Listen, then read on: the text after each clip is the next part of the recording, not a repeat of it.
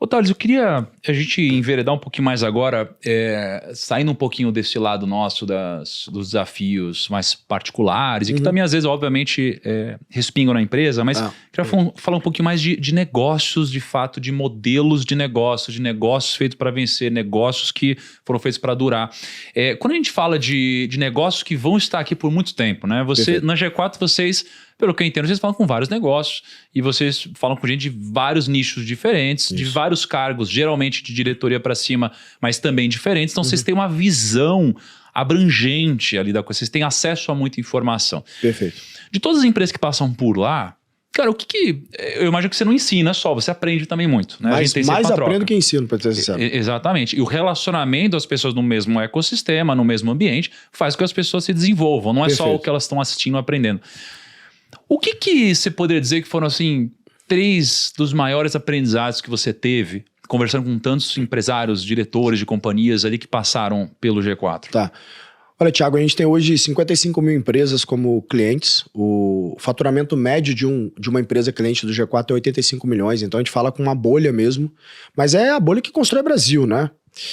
E eu, pessoalmente, mentorei nos últimos 5 anos mais de 5 mil empresários. Eu, pessoalmente. No Gestão e Estratégia, que é o único programa que eu dou aula e que eu dou mentoria ali. Então eu vi 5 mil negócios diferentes ao longo desses 5 anos. E eu vou casar isso com essa minha temporada na Europa agora, onde eu visitei empresas centenárias e eu concatenei um pouco do que eu aprendi até hoje com o G4 e até antes do G4 e agora conversando com essas 7ª ou 8ª gerações de negócios centenários. Né? O que faz um negócio durar um longo tempo é principalmente a qualidade e o alinhamento das pessoas que você tem nele. Então, por exemplo, eu me lembro do Simon Cudney lá, que é o CEO da Henry Paul, ele falando comigo que a preocupação que ele tem em treinar o cutter, né? O cutter é o cara que... tipo o alfaiate, em treinar o alfaiate. Ele falou que ele investe 3 anos, Thiago, no alfaiate, até que o alfaiate consiga estar pronto para trabalhar. Pra você ter ideia, um terno na Henry Paul é tipo 60 mil libras, tá? 60 mil libras? Exato. Caceta. É porrada. Então, óbvio que dá pra você fazer um pouco mais barato, mas geralmente vai acabar acontecendo mais ou menos isso aí. É muito grande o dinheiro que gira ali dentro daquela alfaiataria ali. É muito dinheiro. Eles são a principal do mundo, são eles que inventaram o que eles chamam de dinner jacket, né? O inglês chama de dinner jacket e a gente chama de smoking. Eles inventaram isso. Inventaram. E esses caras, eles têm uma preocupação tão grande com qualidade que ele falou, a única forma que eu tenho de garantir qualidade a longo prazo é garantindo a qualidade das pessoas e alinhamento das pessoas. Então, eu pego um cutter, trago ele aqui, treino ele por 3 anos, pagando o salário dele. Depois de 3 anos, ele começa a trabalhar. Essa é a preocupação número 1. Segunda dele, atenção aos detalhes. Ele falou, ninguém dura centenas de anos sem ter atenção aos detalhes. Então, todo pequeno detalhe importa, porque isso acaba sendo um moat, né? O Warren Buffett chamava de moat, aquele diferencial competitivo que não é facilmente replicável, né? Moat são aqueles lagos que a gente tinha em volta do castelo, assim, que geralmente nos desenhos tem jacaré, né? Os fossos, né? Então, essa atenção ao detalhe, ela se torna um moat para essas companhias, quer dizer que o cliente sabe que a melhor qualidade sempre vai ser encontrada ali. E muitas vezes eu falo para os meus mentorados, né? Puta, mas o meu preço, meu ticket é baixo, eu não consigo entregar qualidade, mas qualidade é relativo. Né? Se eu tô comprando, sei lá, um carro de entrada, de uma marca de entrada, a minha percepção de qualidade vai ser dentro daquele tier ali onde uma marca de entrada te permite ter. Então, você é garoto propaganda ali, né? E eu gosto, por exemplo, com a qualidade com a qual a BYD trata os seus carros de entrada. Cara, eles colocam um nível de qualidade ali que não é de carro de entrada, certo? Então, eles têm uma preocupação em entregar uma qualidade acima do que geralmente uma marca entregaria um produto de entrada. Então, o teu cliente, ele tem uma experiência wow.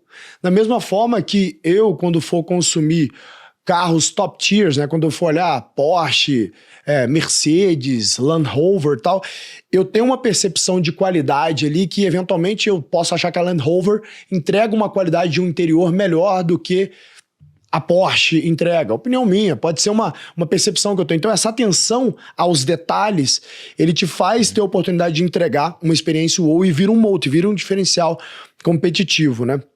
E por fim, para fechar, o terceiro, né? O modelo de negócio tem que se adaptar ao seu tempo. Então, antes, por exemplo, a Henry Paul, ela só atendia famílias reais.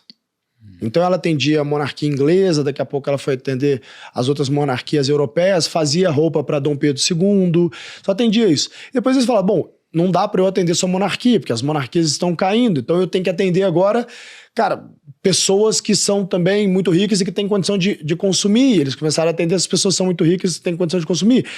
Fasting forward para hoje, onde eles, por exemplo, tem uma série que eu adoro no Netflix, chama The Gentleman. Não sei se você já viu. The Gentleman? É, muito bacana, velho. Eles foram escolhidos para fazer a roupa do The Gentleman e fizeram uma collab com a Netflix, lançando, como é que é cufflinks mesmo? Abotoadura, lançando, cara, gravata do The Gentleman, lançando meia do The Gentleman. Então, assim, é uma marca extremamente tradicional, a marca de alfaiataria mais tradicional da história, fazendo collab com o Netflix. Então a capacidade que eles têm de adaptar o modelo de negócio de acordo com o que está acontecendo com o mercado também faz com que eles tenham mais resiliência ao longo do tempo, né? Cara, olha que interessante. Eu dei uma aula um dia desses numa igreja. Me chamaram para falar numa igreja e, obviamente, quando me chamam para falar de negócio e finanças. E nesse caso, num contexto cristão. Legal. E aí eu, então, decidi falar sobre o maior empreendimento da história. Que e aí seria eu comecei a me questionar qual é o maior empreendimento da história. Eu falei, é a igreja. E aí eu embasei o porquê que isso aqui é o maior empreendimento da história. Essa história começou com Jesus, que foi um único cara, entre aspas, cara, né? Uma única pessoa. E depois de Jesus, 30 depois de Cristo, a gente tinha 1000 cristãos no mundo. 1000 cristãos. Mesmo? 30 depois de Cristo. Que é, em tese, quando Jesus estava ali desempenhando os milagres dele. Sim. E aí, 100 depois de Cristo, a gente tinha 10.000 cristãos no mundo.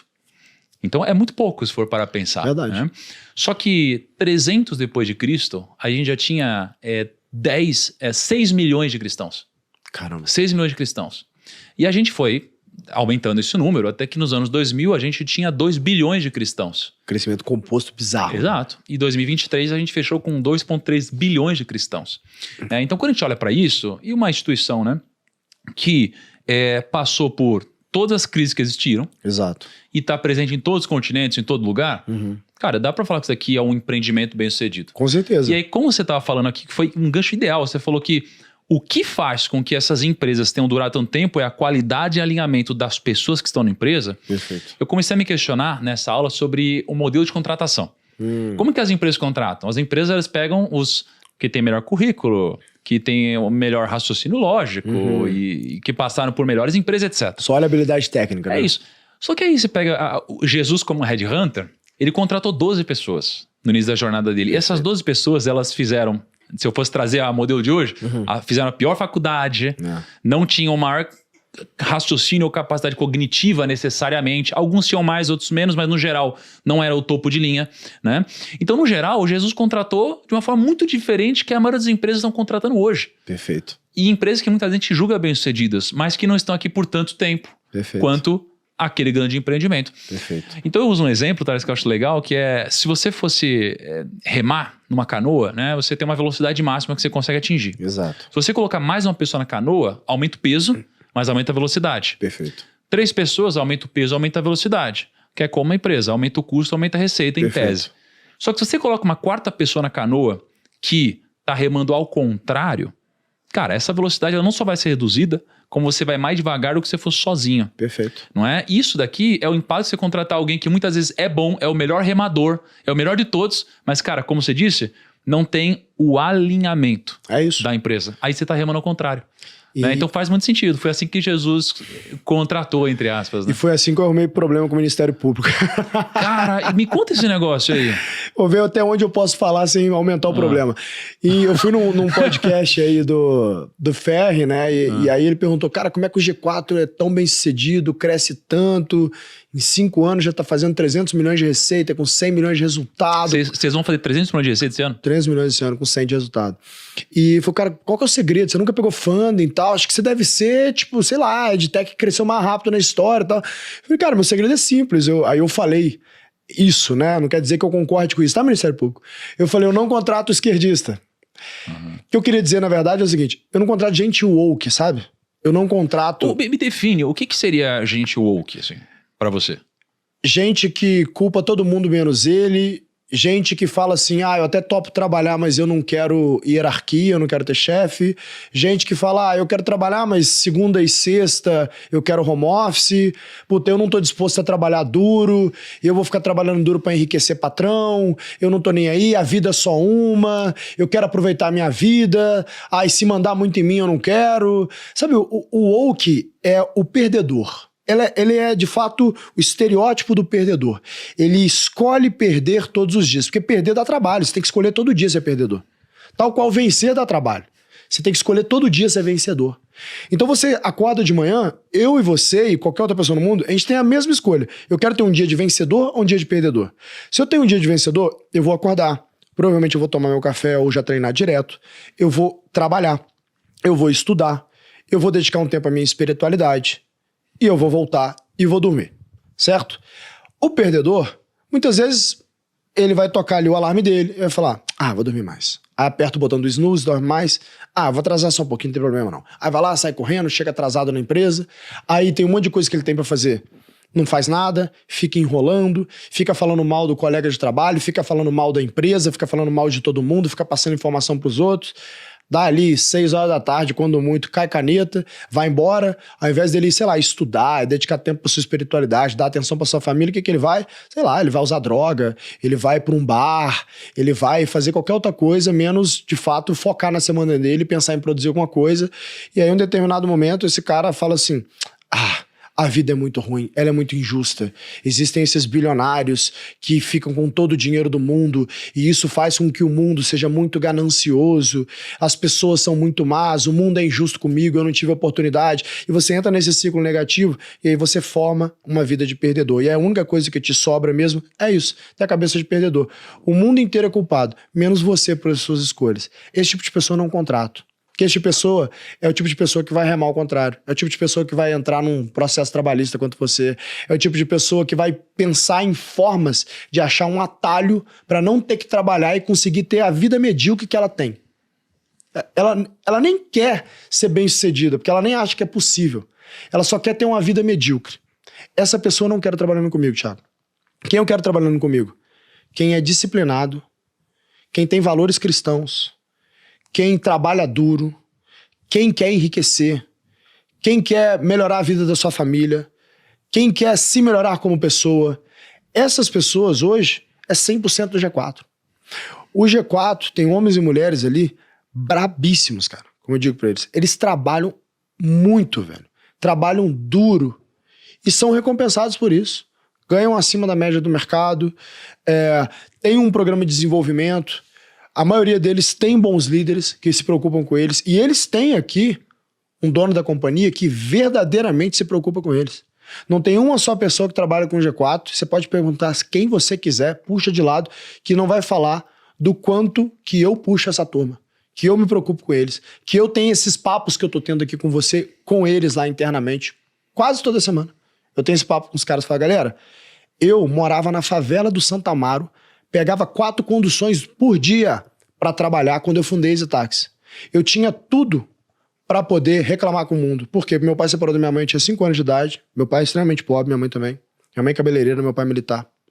Eu fui morar de favor na casa do patrão da minha avó, que eu carinhosamente chamava de vô, mas ele era meu padrinho de batismo, patrão da minha avó, empregada doméstica dele.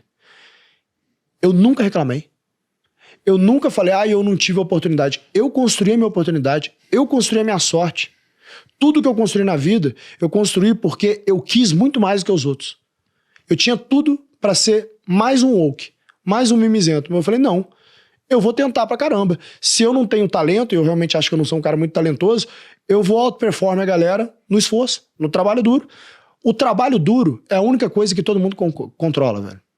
A única coisa que você controla na vida é a quantidade de trabalho que você coloca ali em alguma coisa, a quantidade de esforço. E você controla também a desistência, né? Fora isso, você não controla mais nada.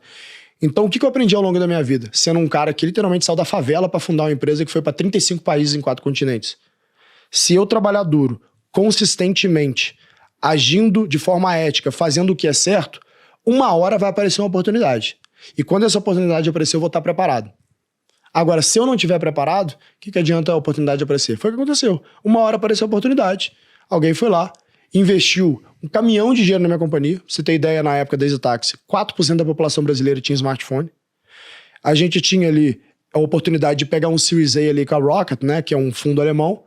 No Brasil, o Series A ali em 2011 era tipo R$500 mil, que era dinheiro pra caramba, tá? Porque o dólar era 2,5 e não tinha mercado de VC no Brasil em 2011, então R$500 mil era um bom Series A na época. A Rocket botou 20 vezes isso em mim, botou R$10 milhões. Se a gente fosse fazer uma tradução porca aqui, era como se um Series A hoje costuma ser R$50 milhões, é como se eu tivesse captado R$1 bilhão no Series A, que seria a primeira rodada de capital institucional de uma startup. Eu tinha 22 para 23 anos, mano. Foi dinheiro pra caramba. Com esse dinheiro, eu abri 18 países. Ao fim eu abri 35, mas com R$10 milhões eu consegui abrir 18 países na EasyTaxi. Então, foi muito dinheiro ali que eu consegui falar, bom, eu vou me provar. Eu conto isso pra turma, pra eles verem que eu tinha tudo pra ser um woke mimizento, mas mesmo assim eu escolhi ser um vencedor. Eu quero que trabalhe comigo quem quer trilhar esse caminho, quer ser um vencedor. Eu tenho muito orgulho quando as pessoas que trabalham comigo, Thiago, depois eventualmente fica lá 3, 5 anos, sai, monta teu negócio, vira diretor de empresas. Cara, tem amigo meu que, cara, foi o primeiro CMO do Nubank, que foi meu estagiário, outro que fundou startups que valem centenas de milhões altas, como em casa, o Gustavo Vaz, que trabalhou comigo na EasyTaxi, cara, turma que trabalhou comigo na Singu, fundando companhia, turma que trabalhou comigo no G4, que sai, vai fundar outra companhia, vai ser diretor de outras empresas. Eu tenho orgulho de ser esse líder que forma pessoas e se preocupa com pessoas. Agora, eu não consigo formar quem não quer ser formado. Então, eu tenho um cuidado muito grande com esse alinhamento de valores. Assim como o Cristo ensinou pra gente, que sim, a habilidade social e o alinhamento de valores ela é mais importante que a habilidade técnica. Óbvio que se eu puder combinar os dois melhor ainda, né?